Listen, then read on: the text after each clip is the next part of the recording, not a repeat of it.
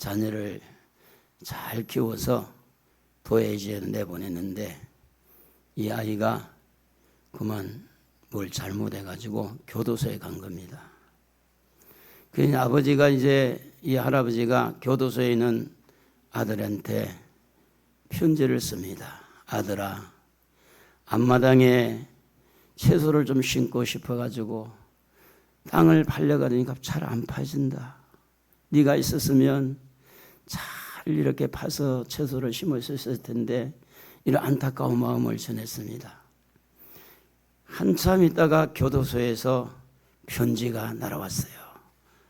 아빠, 그 앞마당에 땅을 파면 큰일 납니다. 그의 시체가 숨겨져 있습니다. 그래가지고 이제 교도관이 경찰관에게 신고를 했대요. 그 집의 앞마당에 시신이 숨겨져 있어서 그러니까 가서 파보라고. 경찰관들이 우르르 와가지고 마당을 막 개보고 파는 거예요. 파보니까 시체가 없어요. 그래서 마지막에 이제 다 돌아가고 나서 아들한테 편지가 왔어요. 아빠, 내가 교도소에 있어서 이렇게 아빠를 도울 수 있는 건 이것이 마지막 도울 수 있는 겁니다. 이제 채소를 심고 이렇게 농사를 해보세요. 그랬대요. 내가 잘 전달을 못해서 그런지 별로 재미가 없나 봐. 에? 여러분의 마음은 어때요? 하나님의 말씀을 심을 만합니까? 여러분의 마음이 정말로 하나님 말씀에 들어가서 100배, 60배, 30배 결실을 거둘 수 있는 그런 옥토가 되어 있습니까? 중요한 것은 여러분, 예배를 아무리 많이 드려도 하나님의 말씀이 내 속에 바탕에 들어와서 그것이 자라고 이렇게 꽃이 피고 성장해서 말씀을 통해서 내가 믿음으로 견고하게 설 때에 천국에 대한 소망도 가지게 되고, 할렐루야, 시험도 이기게 되고, 그 어려운 여건 척박한 곳에서도 꽃을 피면서 향기로운 냄새를 낼 수 있는 것이 오늘 여러분 안에 말씀이 들어가야 돼요. 말씀이 들어가야 돼요. 여러분 속에 말씀이 들어가야 돼요. 교만하지 마세요. 안다고 교만한 사람은 절대로 은혜를 받을 수가 없습니다. 은혜를 사모해야 돼요. 하나님 말씀을 사모해야 돼요. 하나님 말씀이 여러분 속에 들어가지 아니하면 그 할아버지가 마당을 이렇게 팔 때에 딱딱한 것처럼 하나님 말씀이 아무리 전달돼도 여러분 속에는 들어가지를 않습니다. 엊그저께 저희 형님한테 전화가 왔어요. 동영상을 한번 보라고. 그래서 제가 동영상을 봤어요. 조카가 이제 이름이 희경인데 희경이가 남양주에서 이렇게 교회를 정하려고 그래서 이제 엄마를 불러서 권사님하고 형수하고 딸이 예배를 참석해 보니까 이렇게 좀 어떻게 목사님이 좀 잘 듣고 판단해서 여기에 등록을 해도 되는지 교회 규모가 크긴 한데 어떠냐고 전화가 왔어요. 그래서 제가 동영상을 앞에 보면 잠깐 보니까 하나님의 말씀은 하나도 없고 외향성의 사람은 이렇고 내향성의 사람은 이렇고 전부 다 사람에 대한 학문 심리적인 이 부분에서 이야기를 하는 거예요. 한참 있다 전화가 왔어요. 어떻게 한번 들어봤냐고. 그래 들어보니까 학문적으로 지금 설교를 하는데 하나님의 말씀이 없다. 설교 시간에 어떻게 학교에서 배운다고 하면 이해가 되는데 설교 시간에 하나님의 말씀이 없다. 그런데 젊은 사람들은 지금 그것을 굉장히 좋아할 수도 있다. 하나님의 말씀이 아니라도 자기 코드에 맞으면 아멘하고 받아들일 수 있는 것은 맞다. 그 교단이 어디냐고 물어보는 거예요. 그 교단은 우리나라 대한민국 전체 지도를 그려놓고 세계 지구 안에 대한민국 지도 그려놓는 그런 그림인데 그것은 통합적 교단이다. 통합적 교단이 뭐냐고 물어보는 거예요. 통합적 교단은 원래의 장로교인데 이 장로교에서 일본 신사 참배, 그러니까 예배 드리기 전에 신사에게 절을 하고 예배를 드리는 교단이 통합측이다. 그래서 이야기를 해드렸어요. 물어보길래 지금 통합측이고 무슨 측이고 무슨 상관 있느냐 이러겠지만, 통합측은 그동안에 장로교에서 쭉 모아놓은 재산을 다 가져갔어요. 우리가 부르는 이 찬양이 찬송가 있잖아요. 새 찬송가. 옛날에 통합 찬송가 되기 전에 새 찬송가 있었는데 그것도 우리 것이었어요. 우리가 신사참배 거부한 교단이라 그래가지고 우리 것이었는데, 우리가 합동하고 이렇게 딱 한 바람에 그만 합동으로 넘어가고, 그 자기들 교단이 크니까 합동하고 통합하고 나눠 먹게 하고, 우리는 교단이 적으니까. 그래서 이제 그런 부분에서 그러면 왜 이렇게 교단이 바뀌고 교단이 분열이 되고 왜 이렇게 되느냐? 결국은 따라합시다. 말씀 때문이다. 말씀 때문이에요. 신사참배 하는 사람하고 안 하는 사람하고 뭐 때문이에요? 말씀 때문이에요. 하나님 말씀에 얼마나 소중하게 여기고 목숨 걸고 말씀을 붙들려고 하는 사람은 신사참배 할 수가 없어요. 그런데 지금 상황이 이런데, 이런 상황에서는 적당하게 절을 하고 그냥 제사 지낸 거 좀 절을 하고 예배 드리자. 그러나 말씀에는 그렇게 허락한 데가 없어요. 그래서 천주교인들을 몇 사람을 만나가지고 대화를 해보면 그들은 말씀이 소중하지 않더라고요. 오히려 왜 개신교회는 그렇게 교단이 많냐고. 천주교는 하나밖에 없는데, 물론 천주교도 3개 교단이 있어요. 근데 천주교는 하나인데 왜 개신교회는 많냐? 그래 내가 말씀을 드리죠. 하나님의 말씀 때문이라고. 여러분이 정신 똑바로 차려야 될 것은 여러분이 말씀 따라가면 성공합니다. 여러분 자신이 무슨 교단에 어떤 교단에 속하고 그게 문제가 아니라 정말 어느 곳에 있든지 말씀 따라가면 성공해요. 여러분이 말씀 따라 살면은 그건 성공한 삶이에요. 근데 말씀 따라가지 아니하면. 그래서 제가 이제 요한계시록을 한 3년 주기로 새벽기도마다 해요. 제가 종말론에 관심이 있다 보니까. 근데 이게 주일날 강단에 올리는 건 이번에 처음이라 그랬잖아요. 주일날 강단에 요한계시록을 올리는 것은 여러분의 마음 바탕이 요한계시록을 받을 만한 어떤 상황이 아닌 것 같아서 또 딴 거 하다가 다시 돌아오고 또 딴 거 하다가 돌아오고 이렇게 되는데, 그래도 여러분 말씀 들으시기를 바랍니다. 계시록도 하나님 말씀입니다. 어렵지만 하나님 말씀이에요. 모를 것 같아도 우리가 모르는 것을 알려고 노력하는 흔적은 남아야 될 거 아니에요. 듣는 게 좀 안 들려도 들으려고 노력하는 거 있어야 될 거 아니에요. 노력하는 거. 그래서 여러분 5절을 한번 같이 읽어볼게요. 5절 다 같이 시작. 또 충성된 증인으로 죽은 자들 가운데서 먼저 나시고 땅의 임금들의 머리가 되신 예수 그리스도로 말미암아 은혜와 평강이 너희에게 있기를 원하노라. 우리를 사랑하사 그의 피로 우리 죄에서 우리를 해방하시고. 요한계시록은 예언을 담은 책입니다. 예언. 미래를 담은 책이에요. 미래. 그러니까 지금까지 된 일은 요한계시록 이전에 모든 건 된 일이에요. 그런데 요한계시록 앞으로 되어질 일을 담은 것을 우리는 뭐라고 하느냐? 예언의 책이다 이렇게 말합니다. 그래서 1장 3절에 예언의 책을 읽는 자, 듣는 자, 그것을 지키는 자들이 복이 있다 할 때 요한계시록을 읽으면 복이에요. 무슨 복이냐? 미래에 대한 복이에요. 미래에 대한. 들으면 복이에요. 미래에 대한 복이에요. 지키면 복이에요. 미래에 대한 복이에요. 그런데 문제는 뭐가 문제냐면 대부분 사람들이 현재 땅의 것을 추구를 해. 돈이라든지 권력이라든지 권세라든지 부귀영화라든지 이 땅에 누리는 것을 원하는 반면에 요한계시록은 그것을 대적을 해요. 이 땅의 것보다는 천국의 것을, 현재 것보다는 미래의 것을.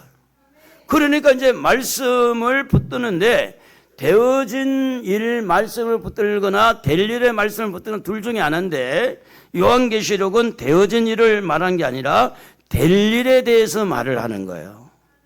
그렇기 때문에 조금은 생소하기도 하고 조금은 어렵기도 하고. 그래서 우리가 지난주에 하나님의 보좌가 가운데 있고 내 생물이 있고 그 다음에 이제 24장로의 보좌들이 있다고 할 때에 이런 광경들은 미래에 우리에게 보여줄 광경이지 현재 보인 건 아니잖아. 현재. 그렇기 때문에 많은 사람들이 현재성을 가지고 현재 일만 집중하는 사람은 요한계시록 1장 7절에 보면 볼지어다 구름을 타고 오리시리라. 주님이 구름을 타고 오시되 그게 뭐라고 기록됐느냐 하면 여기 이렇게 됐어요. 찌른 자도 볼 터이요 땅에 있는 모든 족속이 뭐하리라? 애곡하리라. 애곡. 통곡을 하나. 통곡. 땅의 뜻만 귀하게 여기고 눈에 보이는 것만 귀하게 여기고 그렇게 사는 사람, 미래를 준비하지 않고 천국을 바라보지 않고 내일을 바라보지 않고 살아가는 그런 사람들은 땅을 치면서 통곡하게 된다. 통곡. 그게 요한계시록의 말씀입니다. 그러므로 사랑하는 성도 여러분, 우리가 지난주에 말씀을 드렸습니다마는 이제도 계시고 이제는 현재를 말합니다. 현재도 계시고 과거도 계시고 장차 오실. 그러면 요한계시록은 이제도 계신 예수님도 또 과거에 계신 예수님도 언급을 하지만 더 중요한 것은 장차 오실 그 예수님에 대한 이야기가 이 요한계시록에 담겨져 있기 때문에 가장 강점은 뭐냐면 장차입니다. 장차. 장래입니다. 장래.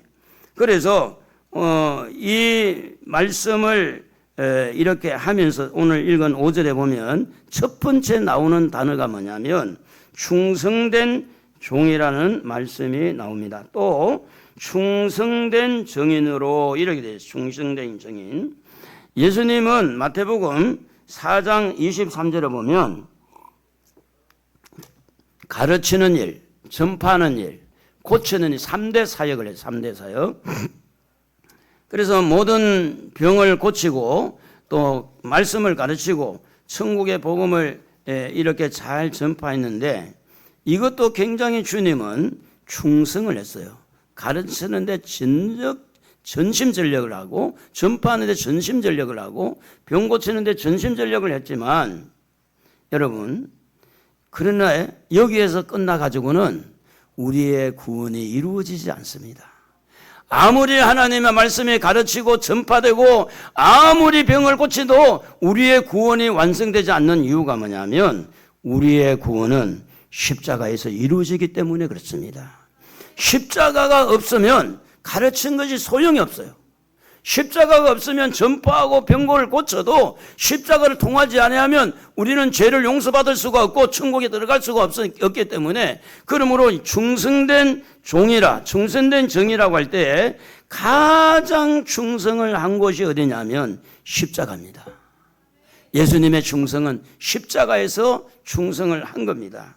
그래서 십자가에 충성을 두고 예수님은 기도를 했어요. 마태복음 누가복음 22장 44절에 보면 기도를 하는데 땀방울이 흐르는데 땀 속에 피가 섞여가지고 떨어지는 핏방울 같이 되더라 이렇게 됐어요.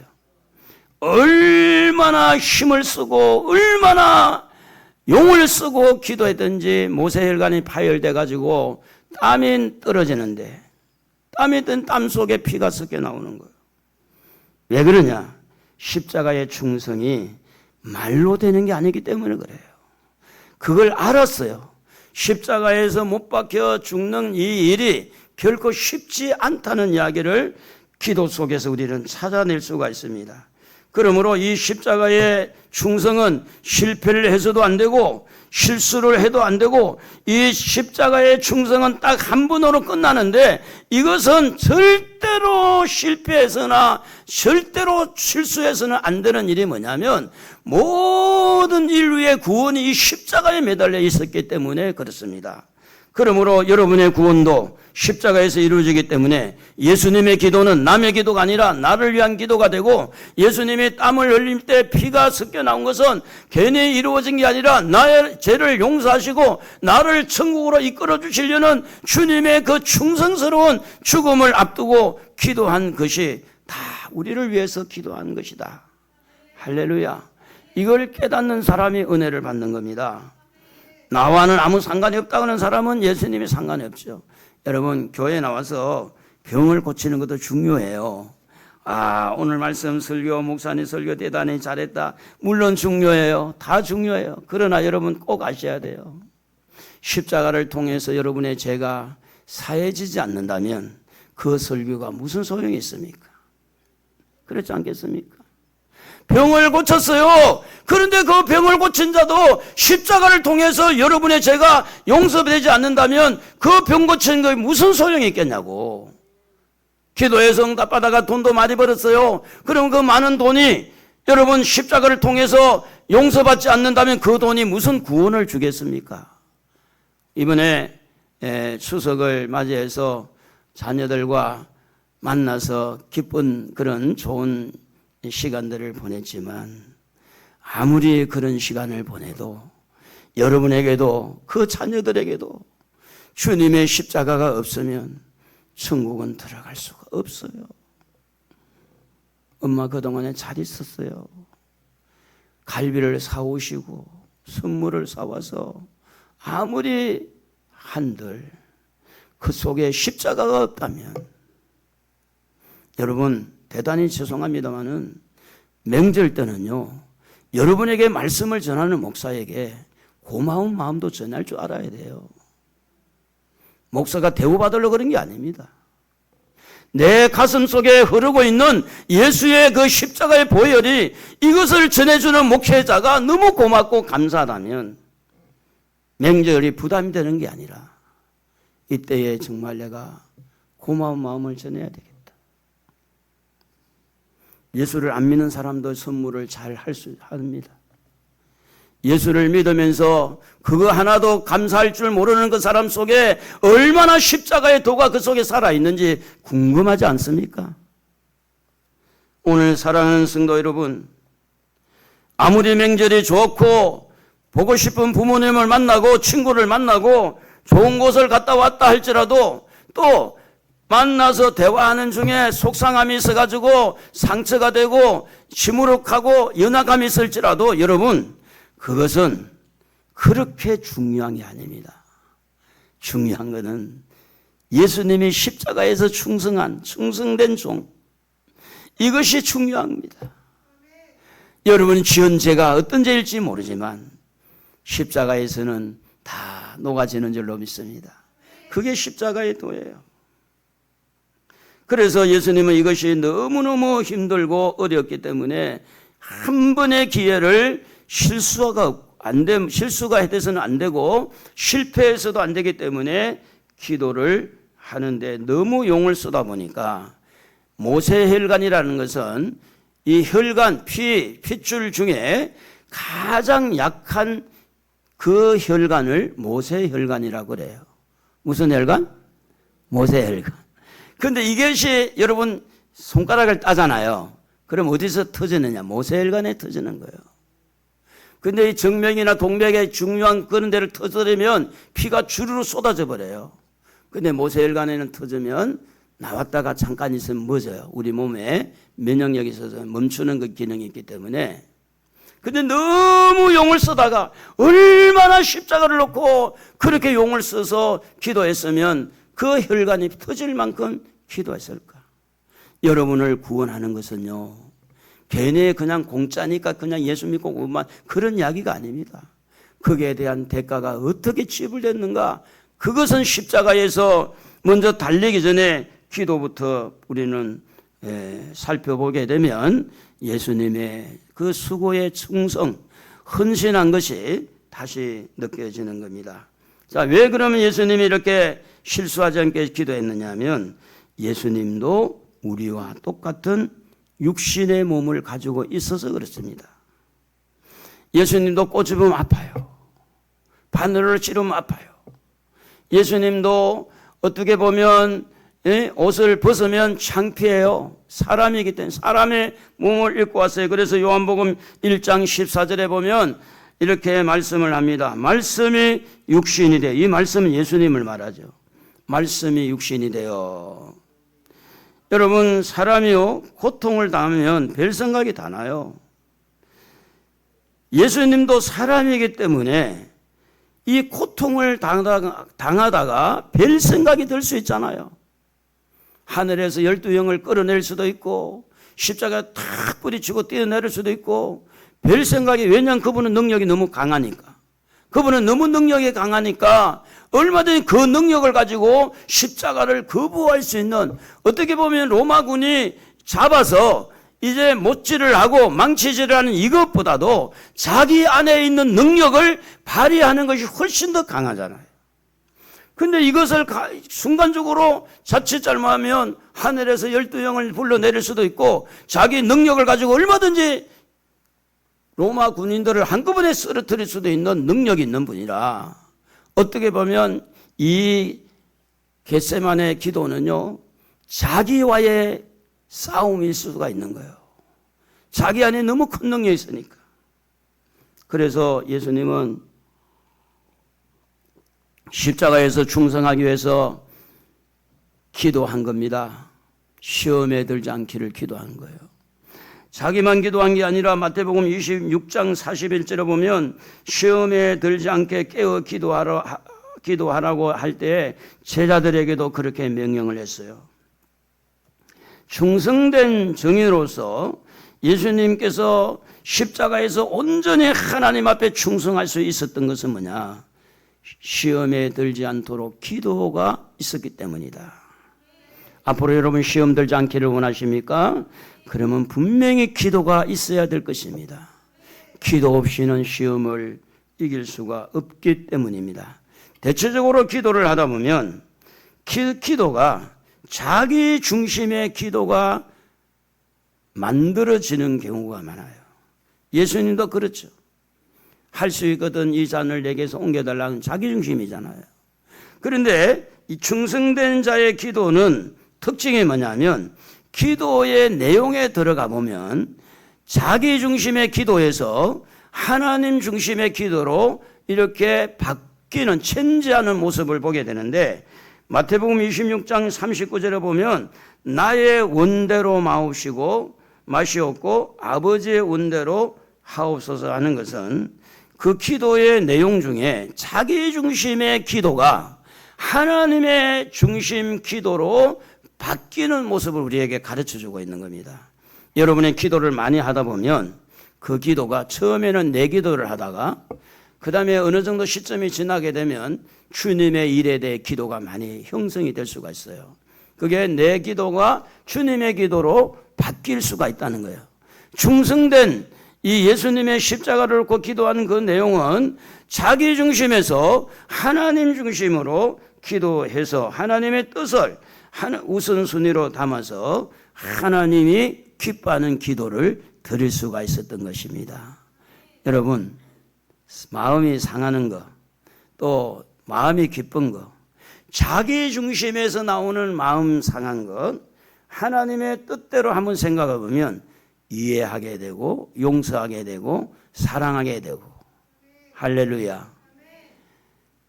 우리의 욕심 때문에, 자기 중심 때문에 문제가 많이 일어나는 거지, 정말 하나님의 뜻에 합하면 원수도 사랑할 수 있는 그런 힘이 생기잖아요. 그래서 오늘 읽은 말씀 보면 예수님은 땀 흘려서 기도했고 피를 흘리면서 기도했고 자기 중심의 기도에서 우리 하나님의 중심으로 기도가 변천된 모습을 보는데, 더 이어서 5장에 보니까 죽은 자들 가운데서 먼저 나고라는 말씀합니다.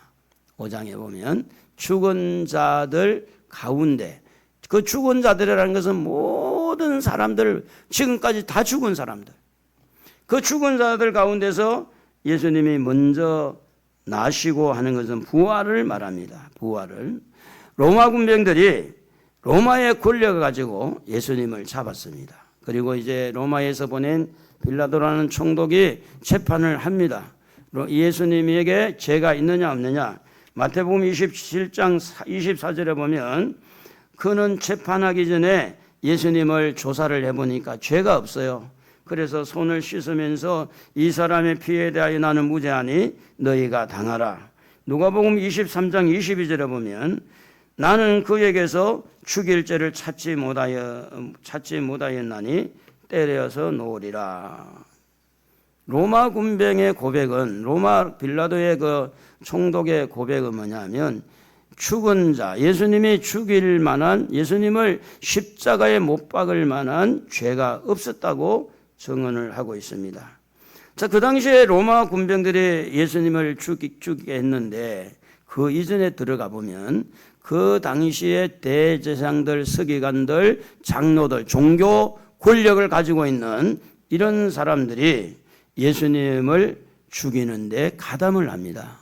왜냐하면 지금까지 자기들이 이권을 가지고 있네. 베드로 보고 그러잖아요. 예? 귀신 들린 여자를 고쳐놨는데 누가 허락해서 그걸 귀신 쫓아냈냐? 아니, 귀신 쫓아내는 것도 허락받고 해야 되는 거예요. 대제사장님, 내가 귀신을 쫓아내도 되겠습니까? 병자를, 안전병이를 고쳐도 되겠습니까? 근데 자기들의 이권이 이렇게 예수님 쪽으로 옮겨가고 베드로 쪽으로 옮겨가니까 그들을 십자가에 못 박고 감옥에 가두는 그런 일이 있는데, 이것은 뭐냐면 텃세라는 겁니다.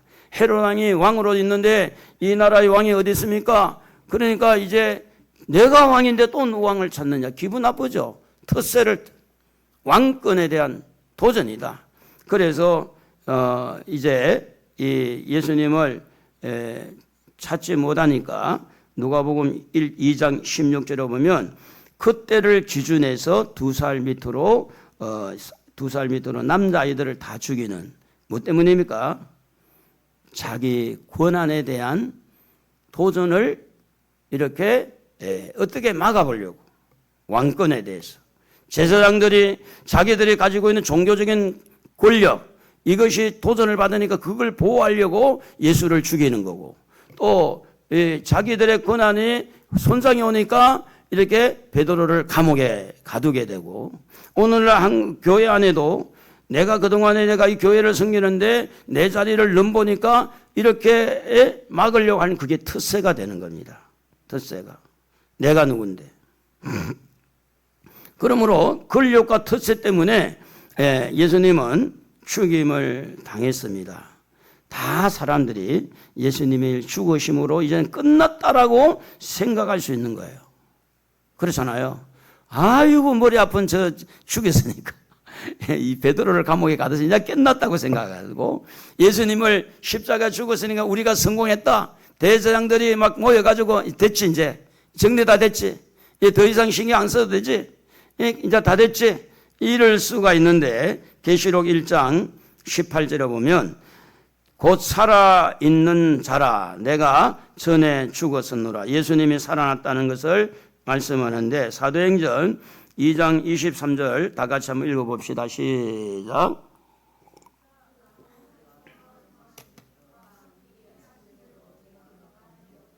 너희가 법 없는 자들의 손을 빌려 못 박아 죽였으나, 24절, 하나님께서 그를 사망의 고통에서 풀어 살리셨으니 이는 그가 사망에 매여 있을 수 없습니다. 여러분, 지금 정치하는 사람들이 다 권력을 잡아 성공한 것 같죠? 천만에 아닙니다. 하나님이 계십니다. 사업한 사람들이 자기 머리 굴려가지고 다 성공한 것 같죠? 아닙니다. 하나님이 계십니다. 최종적인 문제는 하나님이 다스리는 거예요. 예수님을 죽이고 이제는 끝났다고 생각했는데 하나님이 살리신 거예요. 할렐루야. 오늘 여러분도 망한 것 같아도 하나님이 살리면 살아나는 줄로 믿습니다. 여러분 모든 게 다 실패한 것 같아도 하나님이 여러분을 다시 일으켜 세우면 일어날 줄로 믿습니다. 성공할 줄로 믿습니다. 할렐루야. 믿어야 돼요. 하나님이 일하시는 거예요. 다 죽은 것 같은데, 다 끝난 것 같은데 하나님이 살렸잖아요. 법 없는 자는 로마인을 말하잖아요. 법 있는 자는 유대인을 말하잖아요. 그들의 손에서 예수님은 죽었지만 하나님은 살렸잖아요. 그러므로 이 말씀은 무슨 이야기인가 하면 하나님에게 집중하라는 이야기입니다. 하나님을 두려워하라는 겁니다. 하나님을 두려워하십니까? 사람이 더 무섭죠. 하나님은 인심이 후해가지고 요래도 되고 저래도 되고 하나님은 아무도 말 안 하니까 목사님은 하나도 안 무섭잖아요. 목사님은 요래도 되고 저래도 되고 그런데 우리 주변에 있는 사람들에게는 좀 전에 말씀했듯이 그 집에는 선물 안 주면 큰일 나 줘야 돼. 목사님은 안 내도 돼. 우리 목사님이 다 이해하시니까.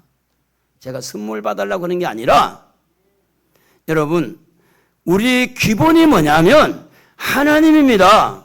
천국입니다. 이게 없으면 우리가 왜 예수를 믿겠어요? 하나님을 두려워할 줄 아는 사람이 돼야 돼요. 말씀을 두려워하는 자가 돼야 됩니다.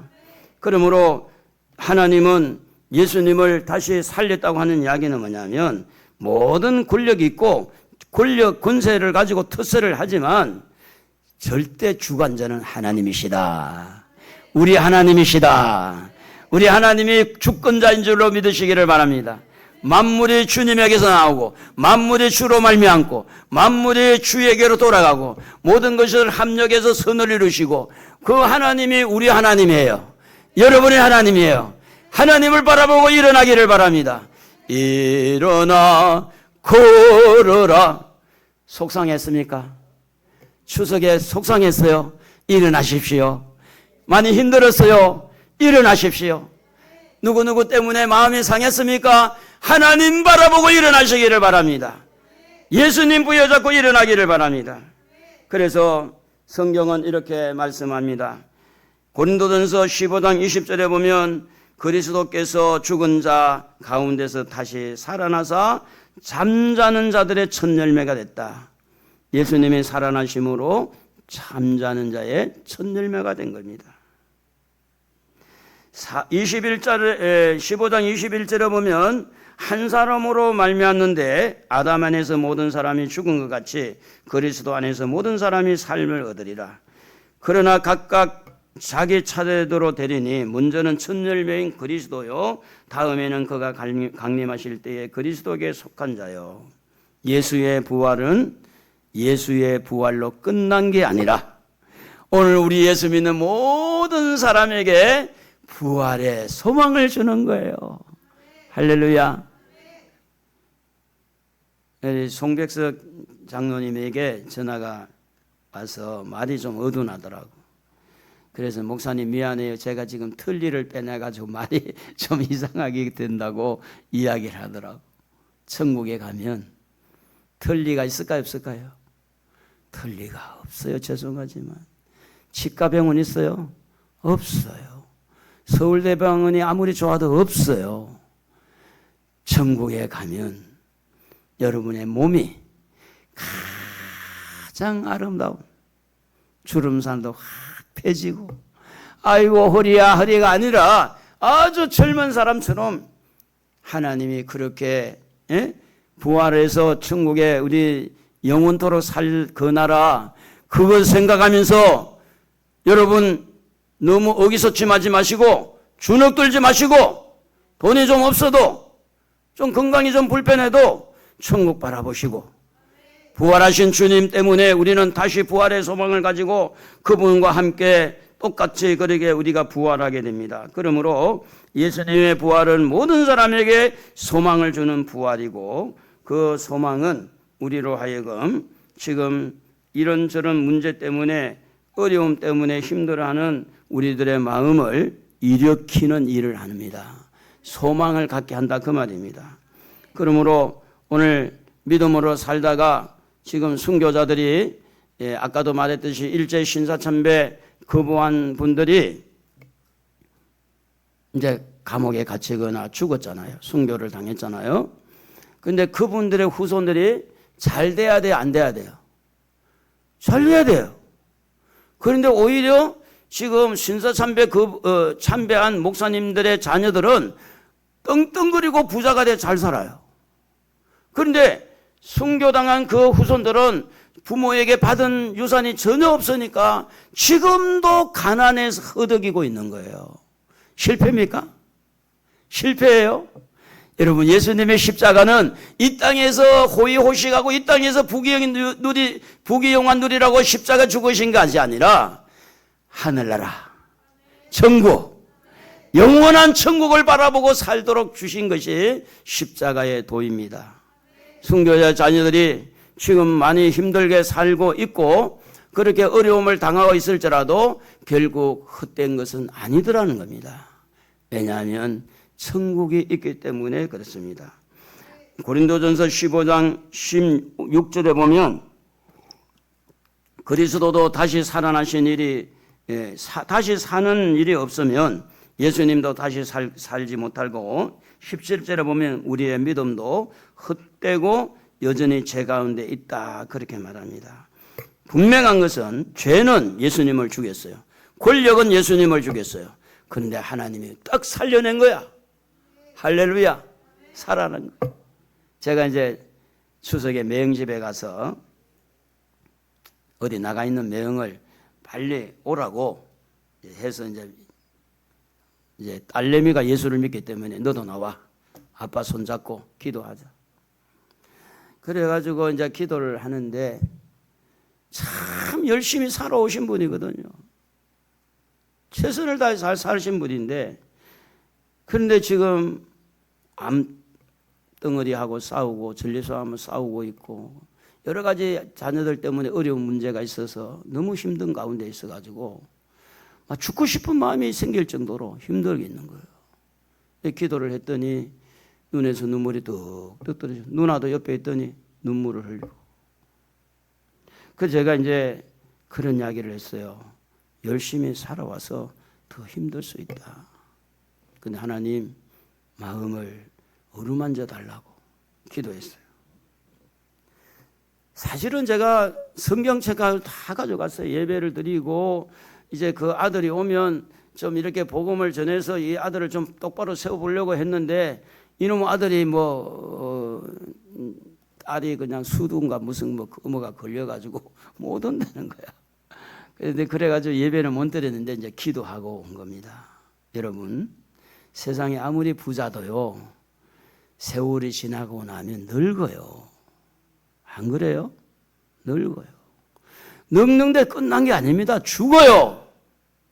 왜 우리는 실제 보면서도 계속해서 세상 것만 추구하고 있느냐? 그게 바로 우리의 믿음의 연약함 때문에 그렇습니다. 자, 5절에 보니까 땅의 임금들의 머리가 되신 예수라고 말씀을 하고 있습니다. 땅에는 지금 많은 왕들이 있고 대통령이 있고 권력자들이 있습니다. 이들의 권력은 막강하죠. 그러나 여러분 꼭 기억해야 됩니다. 우리 예수님이 왕이십니다. 윤 대통령보다 우리 예수님이 왕이십니다. 예전에 말한 문 대통령보다 예수님이 왕이십니다. 미국의 대통령이 아무리 막강해도 예수님이 왕이십니다. 여기에 뭐라고 그러냐면 예수님께서 땅의 임금들의 머리가 된다 이렇게 말했어요. 요한계시록 5장 10절에 보면 그들이 땅에서 왕노를 하리로다. 누가? 예수를 믿는 성도들 중에 어떤 사람이 이 땅에 천년왕국 때 왕노릇을 하는 이걸 읽어봅시다. 요한계시록 20장 4절입니다. 시작.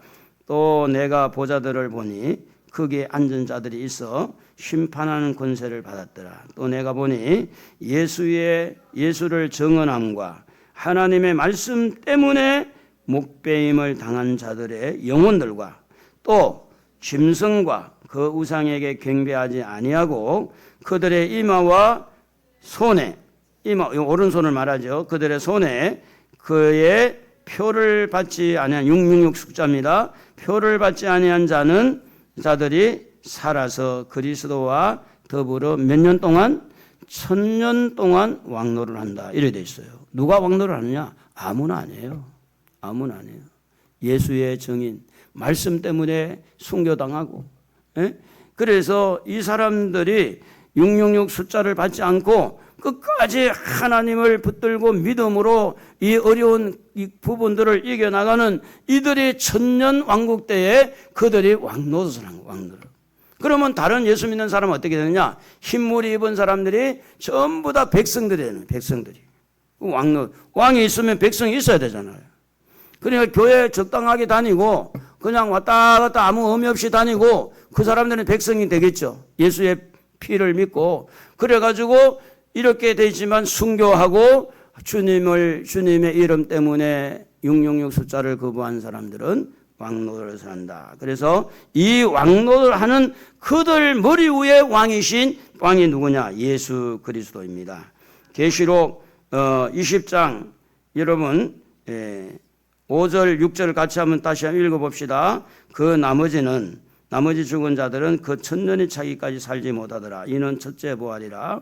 이 첫째 부활에 참여하는 자들은 복이 있고 거룩하다 하도다. 둘째 사망이 그들을 다스리는 권세가 없고 도리어 그들이 하나님과 그리스도 제사장이 돼 천년 동안 그리스도와 더불어 왕노를 하리로다. 천년 동안 왕노를 하려면 예수 잘 믿으십시다. 목숨 걸고 믿으십시다.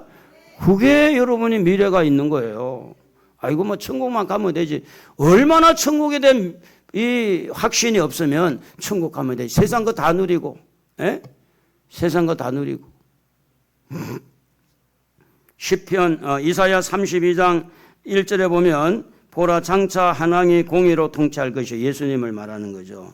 이 예수님이 빌립보서 2장 10절에 보면 하늘에 있는 자들, 땅에 있는 자들, 땅 아래에 있는 자들, 모든 자들이 예수님의 이름 앞에 무릎을 꿇는 것은 왕 중의 왕, 만왕의 왕.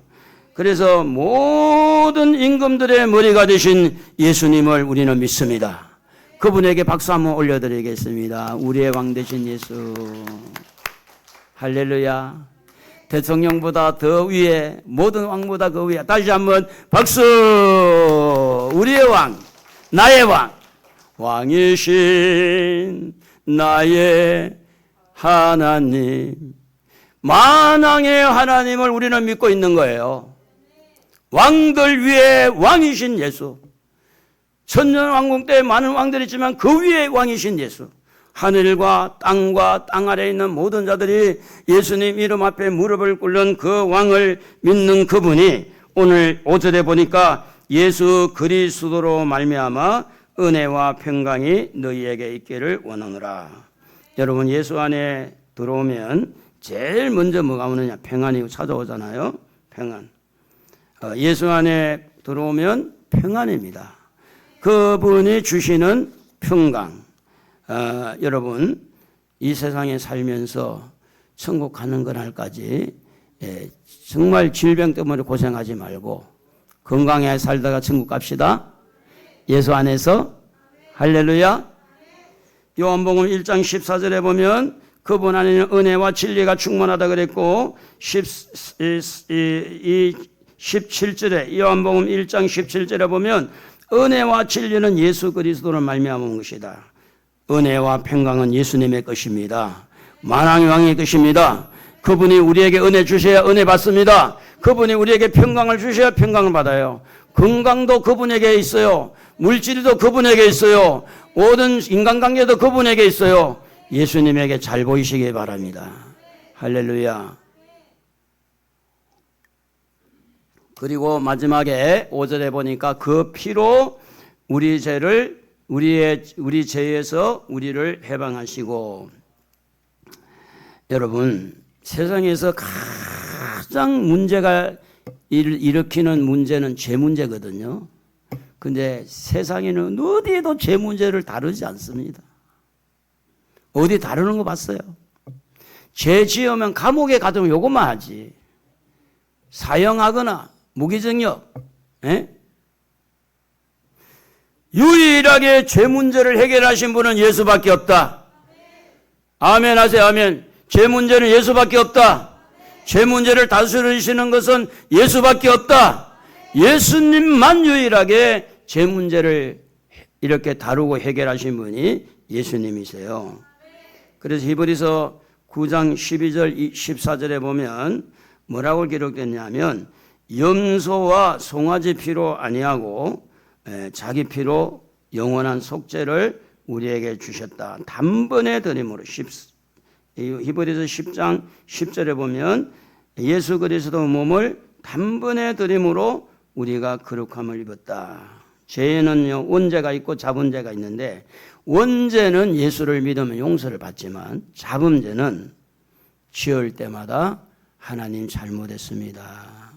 한번 해봅시다. 하나님 잘못했습니다. 잘못했습니다. 용서를 구해야 돼요.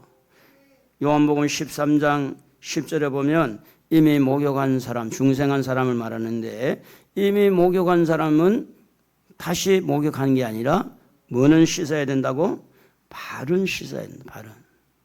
이미 목욕한 거듭난 사람도 발은 먼지가 있을 때마다 씻어야 된다는 말은 여러분이 자범죄는 지을 때마다 하나님 용서해 주세요. 하나님 용서해 주세요. 마음을 잘못 먹었으면 용서해 주세요. 내가 섭섭하다고 내 마음에 이렇게 잘못 생각한 거 용서해 주세요. 용서를 구해야 용서를 받습니다. 그게 발을 씻는 겁니다. 그러므로 오늘 우리는 예수님을 믿으면서 죄 문제가 해결되므로 평안을 얻고 은혜와 평강이 있고 해결이 되어지는데 요한계시록 3장 19절에도 보면 사랑하는 자를 징계하는데 회개하는데도요 열심을 내야 된다. 열심을 내야 회개가 된다는 거예요. 그런 여러분을 오늘도 주님은 여러분의 주님이시고 여러분의 왕이십니다. 마태복음 11장 28절에 보면 수고하고 무거운 짐진 자들아 다 내게로 오라. 내가 너희를 쉬게 하리라. 두 손을 이렇게 올려보시고 평화 한번 불러볼까요? 평화.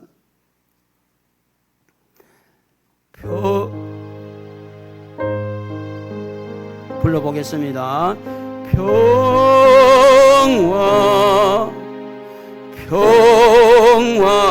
평화로다. 하늘 위에서 내려오네. 그 사랑의 물결이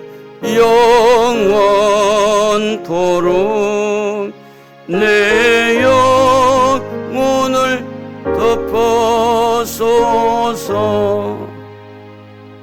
한번 기도했으면 좋겠어요. 하나님, 이 땅에 살면서 너무 이 땅의 것만 가지고 뿌리 내리지 말고 우리 마음과 생각이 천국을 바라보게 해달라고, 하늘나라를 바라보게 해달라고, 예수님의 십자가를 놓고 기도한 것처럼 기도의 사람이 되게 해달라고.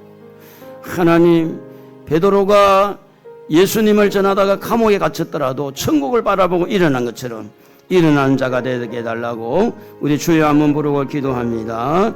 주여. 하나님 아버지 도와주십시오. 우리를 도와주십시오. 우리를 그냥 버려두지 마시고 하나님 말씀이 소중하고 하나님이 너무 소중하고 천국이 너무 소중해서 천국의 소망을 가지고 아버지 하나님이여, 세상 사람들은 몰라줘도 우리 하나님은 아시기 때문에 하나님 편에 서기를 원합니다. 하나님을 바라보고 일어나기를 원합니다. 우리의 마음에 은혜가 되게 하시고 우리의 마음에 평강이 있게 하시고 우리로 하여금 하나님의 나라를 이루어 나가게 부족한 힘도로 능력의 우리 아버지 하나님 은혜를 허락하여 주옵소서. 오늘도 아버지 하나님 성령으로 인쳐주시고 우리의 모든 심령들마다 땅에 속한 자는 애국한다고 했는데 땅의 것만을 추구하는 것이 아니라 하늘나라를 바라보게 하시고 천국을 바라보고 아버지 하나님 승리하는 저희들 되어지도록 우리 주님 도와주옵소서. 사랑하는 주님 감사합니다.